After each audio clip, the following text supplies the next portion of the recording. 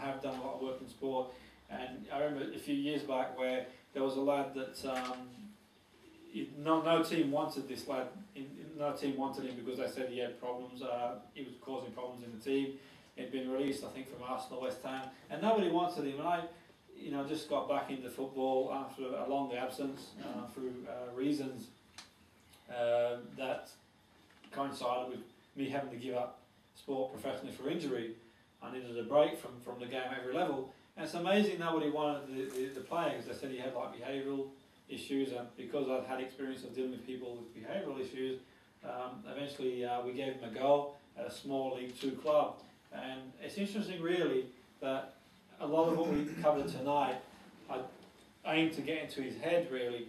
And don't get me wrong, for at the time he was at the club, he did present, and I was talking to the director of the club, who was director at the time, on the weekend as well, and we talked about this story actually, funnily enough. And he did present us with various issues and various problems, but really the key is, and the key fundamental was, I thought, well, I've got a skill here. I've got a skill that probably 92 teams in the country don't have, and I'm going to use it to full effect. And I'm willing to sort of see where I can take things. And eventually, and I'm not putting his success just down to myself, but I'd like to think I've played a big part in him getting to where he got to. It was amazing really, because I was delivering this seminar a few years later in Australia, and there were these young hopefuls all in the group, all aspiring to be footballers, and it dawned on me, someone mentioned to me, who was in the seminar, who'd been in England a year earlier, who met the guy I'd worked with in the team, and he said, "You do know that Chelsea are playing Fenerbahce tomorrow in football?" I said, "Oh right, of course, yeah, but the time difference is going to be early morning." He said, "You're going to switch on and watch it?" I said, "I will do."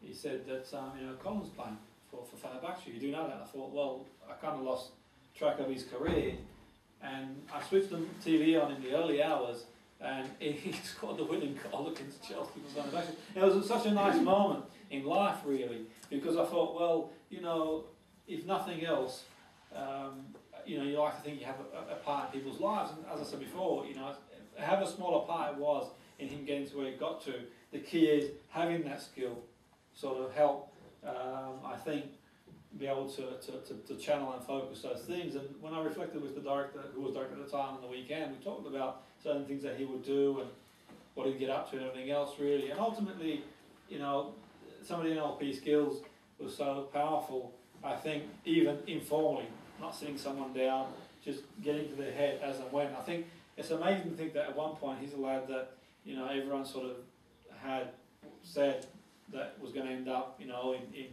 God knows where he's going to end up really.